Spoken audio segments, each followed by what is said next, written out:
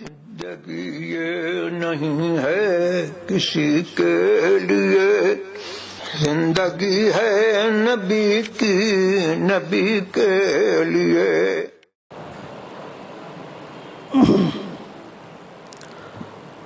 نحمده ونصلي ونسلم على رسوله الكريم، أما بعد، فقد قال الله تعالى في القرآن المجيد والفرقان الحميد: إن الله وملائكته يصلون على النبي يا أيها الذين آمنوا صلوا عليه وسلموا تسليما۔ اللهم صل على سيدنا شفيعنا حبيبنا مولانا محمد وبارك وسلم صلاة وسلاما عليك يا رسول الله صلى الله تعالى عليه وسلم۔ اللہ کی توفیق اور اس کے فضل و کرم سے آج ہم ہفتہ واری درس حدیث کی محفل میں شریک ہیں، اور اے کی ٹھنڈی ٹھنڈی ہواؤں سے لطف اندوز ہو رہے ہیں۔ ایسا محسوس ہوتا ہے کہ بدن کے ساتھ ہماری روح بھی ٹھنڈک محسوس کر رہی ہے،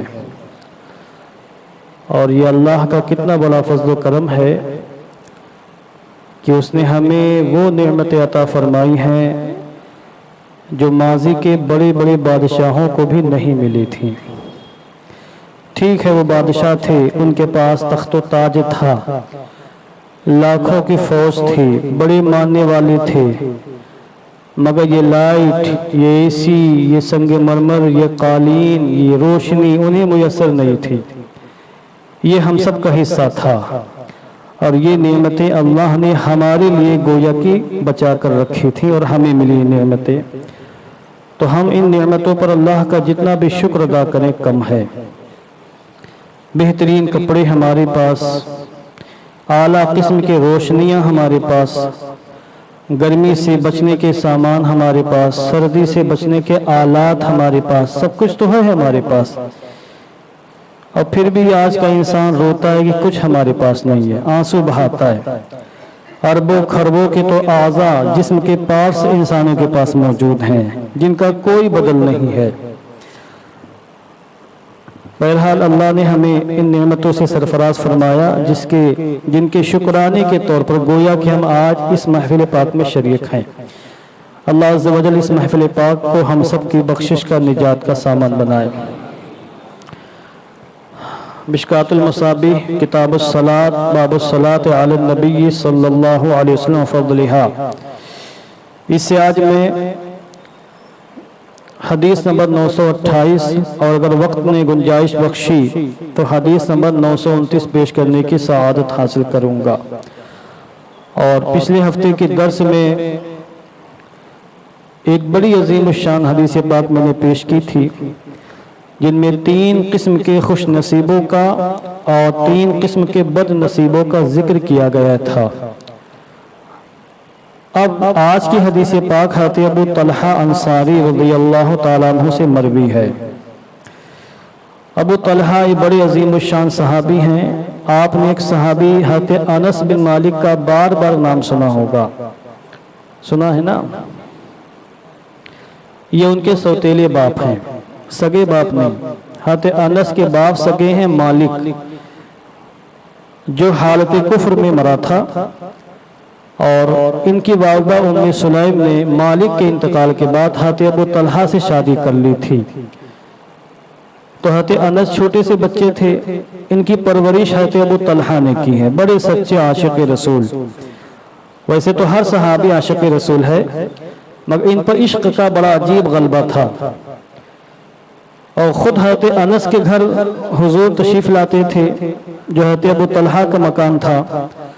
اور بعض روایتوں سے پتہ چلتا ہے کہ حضرت ابو طلحہ کی شان یہ تھی کہ جب حجۃ الوداع کے موقع پر آقا کریم علیہ الصلوۃ والتسلیم نے حج فرمایا اور اپنا سر اقدس صاف کرایا، حلق کروایا، بالوں کو صاف کرایا، تو سب سے پہلے جس صحابی کو حضور کے بال اقدس موئے مبارک ملے وہ حضرت ابو طلحہ انصاری رضی اللہ تعالیٰ عنہ ہیں۔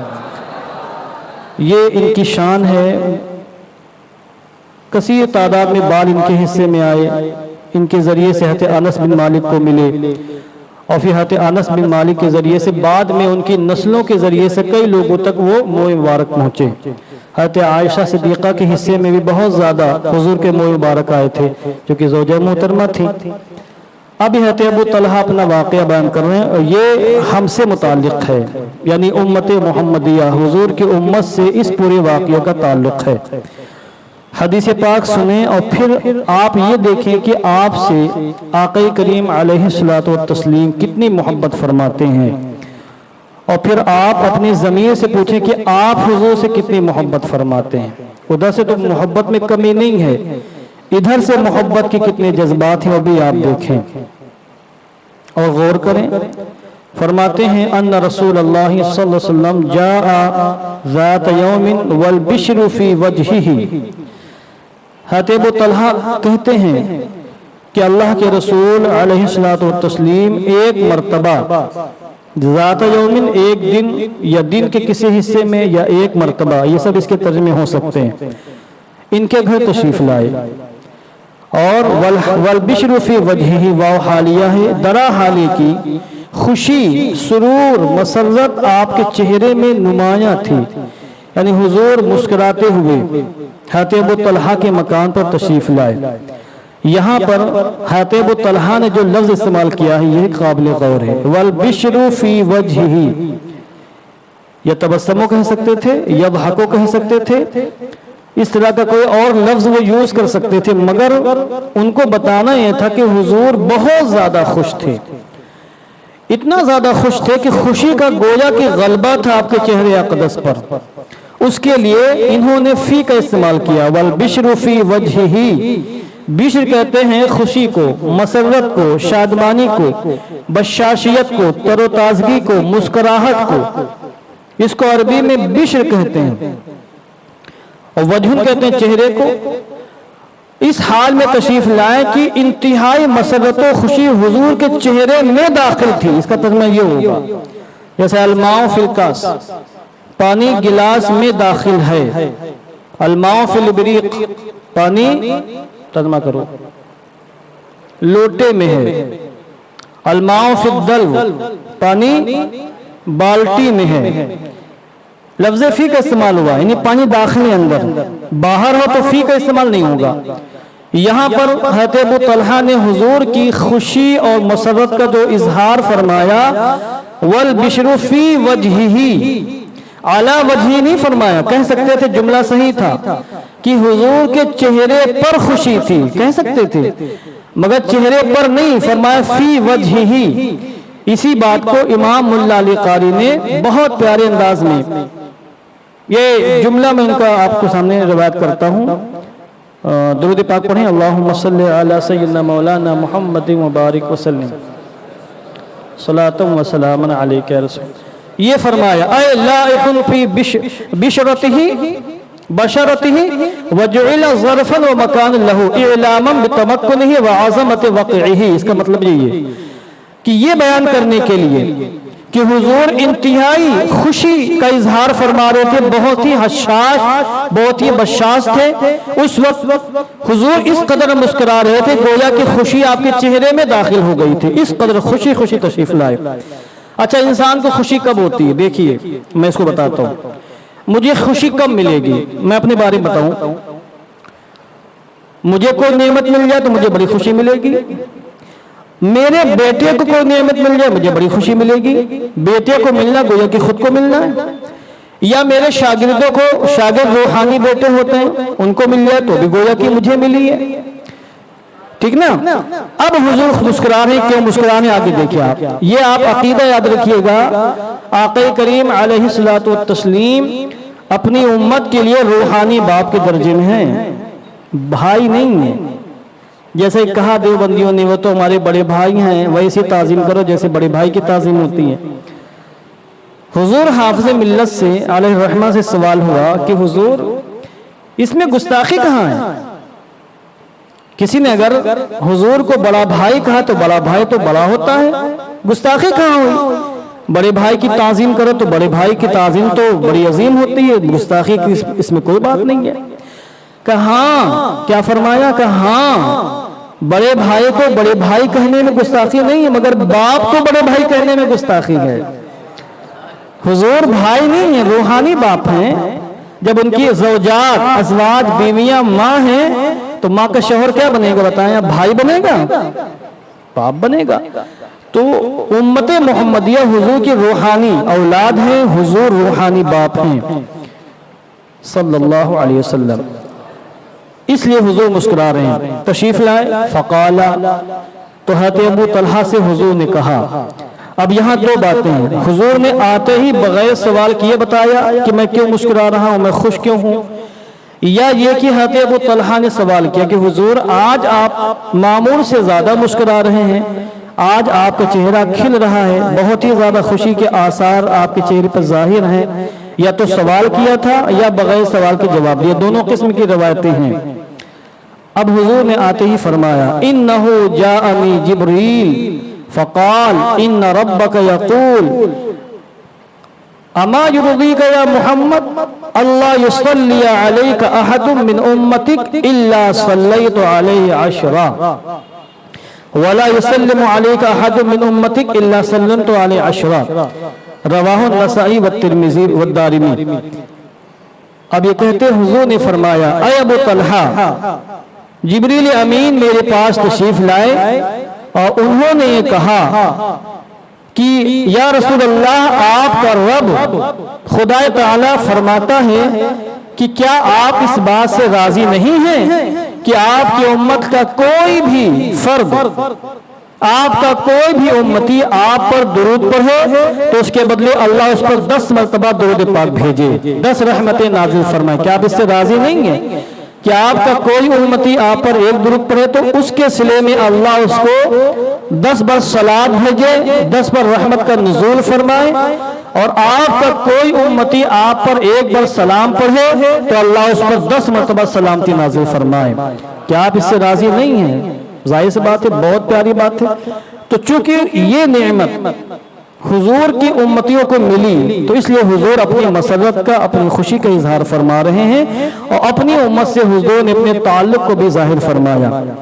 حضور کا اپنی امت سے بڑا گہرا تعلق ہے، اس قدر گہرا تعلق ہے کہ آقا دو عالم نور مجسم نے بارہا رات بھر سجدے کی حالت میں رو رو کر ہم جیسے کمینوں کے لیے، گنہگاروں میں دعائیں فرمائیں اللہ رب العزت کی بارگاہ میں، بلکہ غزوہ خندق کے موقع پر، جبکہ حضور صحابہ کرام کے ساتھ خود بھی خندق یعنی گڈھا زمین میں کھود رہے تھے تاکہ دشمن مدینہ منورہ پر حملہ نہ کر سکیں۔ دن بھر آپ نے پھاوڑے چلائے، صحابہ کرام کے ساتھ شرکت فرمائی تاکہ صحابہ کو حوصلہ ملے۔ صحابہ بھی بھوکے تھے، حضور بھی بھوکے تھے، اور رات میں جب صحابہ آرام کرنے اپنے مکانوں پر تشریف لائے تو حضرت ابو ہریرہ اور کئی صحابہ ہیں جنہوں نے سنا، یا کوئی اور صحابی ہوں گے، بہرحال راوی حدیث جو بیان کرتے ہیں انہوں نے سنا کہ حضور رحمت عالم جان عالم مسجد شریف سے آواز آ رہی ہے۔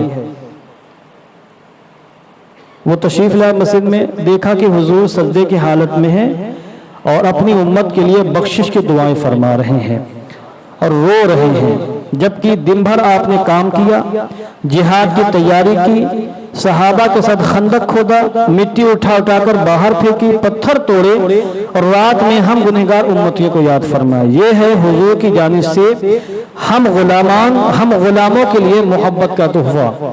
ہم حضور سے کتنی محبت فرماتے ہیں، ہمیں اس پر غور کرنا چاہیے۔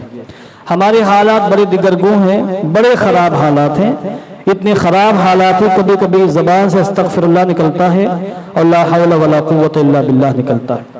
حضور کی محبت میں اگر ہماری آنکھوں سے بھی کبھی اندھی چکی بھی دھوکے سے یوں ہی بس حضور کی محبت میں اللہ کے خوف سے آنسو جاری ہو جائے تو میں سمجھتا ہوں وہ آنسو بخشش کی ضمانت ہو جائیں گے، اور وہ آنسو ہمیں جہنم میں نہیں جانے دیں گے۔ اس لیے حضور سے اپنے تعلق کو مضبوط کریں۔ یہاں دیکھیں نعمت تو ہم کو ملنے والی ہے کہ اگر ہم ایک بار درود بھیجیں تو حضور اللہ رب العزت 10 رحمت نازل فرمائے، ایک بار سلام بھیجیں تو اللہ فرشتوں کے ذریعے ہمیں 10 بار سلام بھیجے اور 10 بار سلامتی نازل فرمائے۔ تو یہ خوشی کا تو مقام ہمارے لیے، مسرت کا مقام ہمارے لیے ہے، مگر ہمارے پیدا ہونے سے صدیوں سال پہلے حضور رحمت عالم نے اس حیات ظاہری میں اس دنیا میں اپنی خوشیوں کا مسرتوں کا اظہار فرمایا۔ یہ ہے حضور کا اپنی امت سے قلبی تعلق۔ یہیں پر ایک بات تو یاد آتی ہے، ایک بدو صحابی جو نئے نئے مسلمان ہوئے تھے، ابھی وہ حضور کی بارگاہ کا ادب نہیں جانتے تھے، حضور کی بارگاہ میں آئے اور اپنی فقیری کو محتاجی کو ذکر فرمایا۔ دیکھیں حضور کا امت سے کیسا گہرا تعلق ہے، اور حضور اپنے غلاموں کو جہنم سے بچانے کی کتنی کاوش آپ نے فرمائی ہے۔ تو انہوں نے کچھ مانگا، حضور نے عطا فرما دیا۔ تو اس کے بعد حضور نے پوچھا کہ میں نے تم پر احسان کیا کہ نہیں کیا؟ کہا کچھ احسان نہیں کیا۔ بہت بڑی بات کہہ دی۔ صحابہ موجود تھے، صحابہ یہ سمجھے کہ یہ منافق ہے، کیونکہ اس قسم کی بات تو کوئی مسلمان نہیں کہہ سکتا، منافق ہی کہہ سکتا ہے، اور وہ تھے صحابی، منافق نہیں تھے۔ مگر بات یہ تھی کہ نئے نئے مسلمان ہوئے تھے، ابھی وہ حضور کی بارگاہ کا ادب ان کو زیادہ معلوم نہیں تھا۔ تو کہا آپ نے کوئی احسان نہیں کیا ابھی مجھ پر؟ تو فاروق اعظم تلوار لے کر آگے بڑھے کہ حضور ابھی میں اس منافق کو سر قلم کرتا ہوں، گستاخ ہے۔ صحابہ دوڑے اس کو مارنے کے لیے، حضور نے کہا روکا نہیں، رکو، یہ میرا امتی ہے، میرا غلام ہے۔ حضور علیہ السلام ان کو اپنے گھر تشریف لے گئے، اور گھر جانے کے بعد جو کچھ بھی گھر میں تھا نکال کے اپنے اس غلام کو دیا، اس کو نوازا، شفقت کی، محبت بھری باتیں کی، اس کی حاجت پوری کی اور بہت کچھ نوازا۔ اس کے بعد کہا اب بتاؤ میں تم پر احسان کیا کہ نہیں کیا؟ کہا حضور آپ کا مجھ پر بڑا احسان ہے، اللہ نے آپ کے ذریعے مجھ پر بڑا کرم فرمایا۔ اس کے بعد دعا دی اس نے حضور کو، دعاؤں سے نوازا، ٹھیک نا؟ دعا دینا اصل میں خود کو دعا دینا ہے، حضور کو دعا دینا ہے، حضور کو فائدہ نہیں ملنا، خود امتی کو فائدہ ملتا ہے۔ اس کے بعد حضور نے فرمایا اس سے کہ تم نے جو میرے صحابہ کے سامنے یہ بات کہی تھی، میرے صحابہ کا دل ٹوٹا ہے، تم چلو میرے ساتھ میرے صحابہ کے درمیان پھر یہ بات کہو کہ میں نے تم پر احسان کیا تاکہ میرے صحابہ کے دل میں تمہارے بارے میں جو خلش آ گئی ہے، جو وسوسہ پیدا ہو گیا، وسوسہ دور ہو جائے۔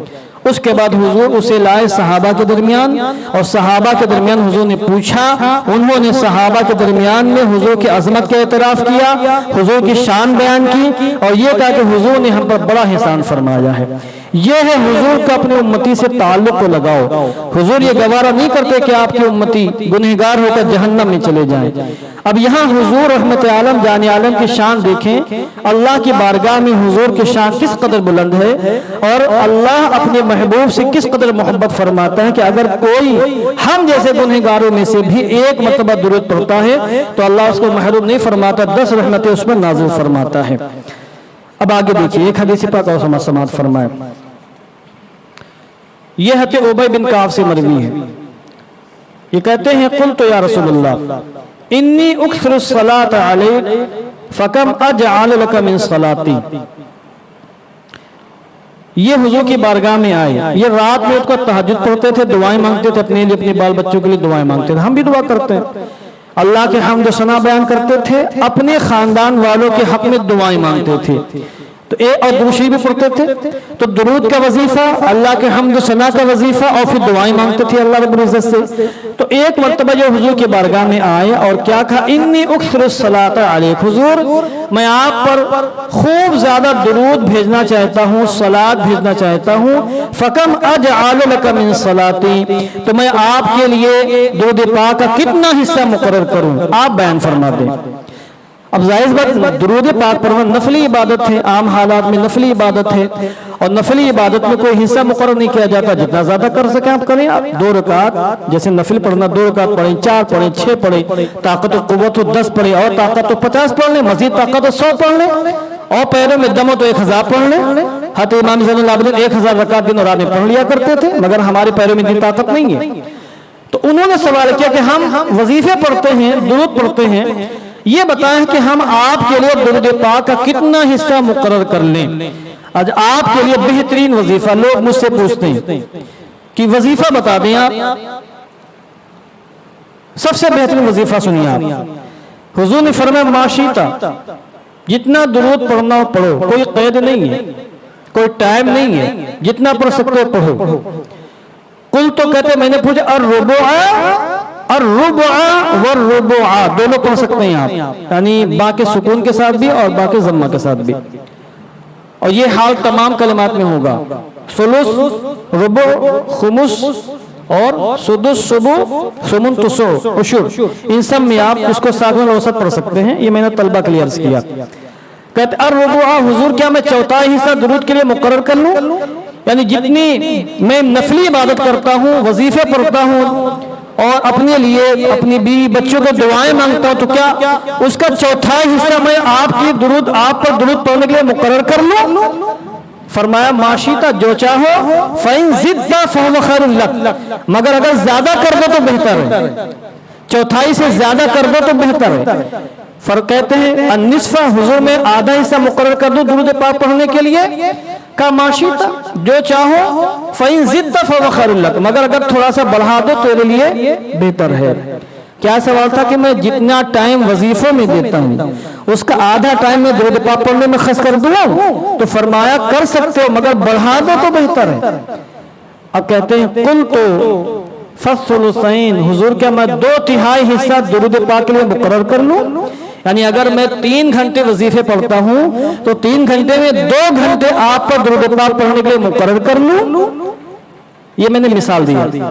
تو حضور نے فرمایا معاشیتا، جو چاہو، فَإِن زِدْتَ فَهُوَ خَيْرٌ لَكَ، مگر اگر بڑھا دو تو تمہارے لیے بہتر ہے۔ اللہ اکبر۔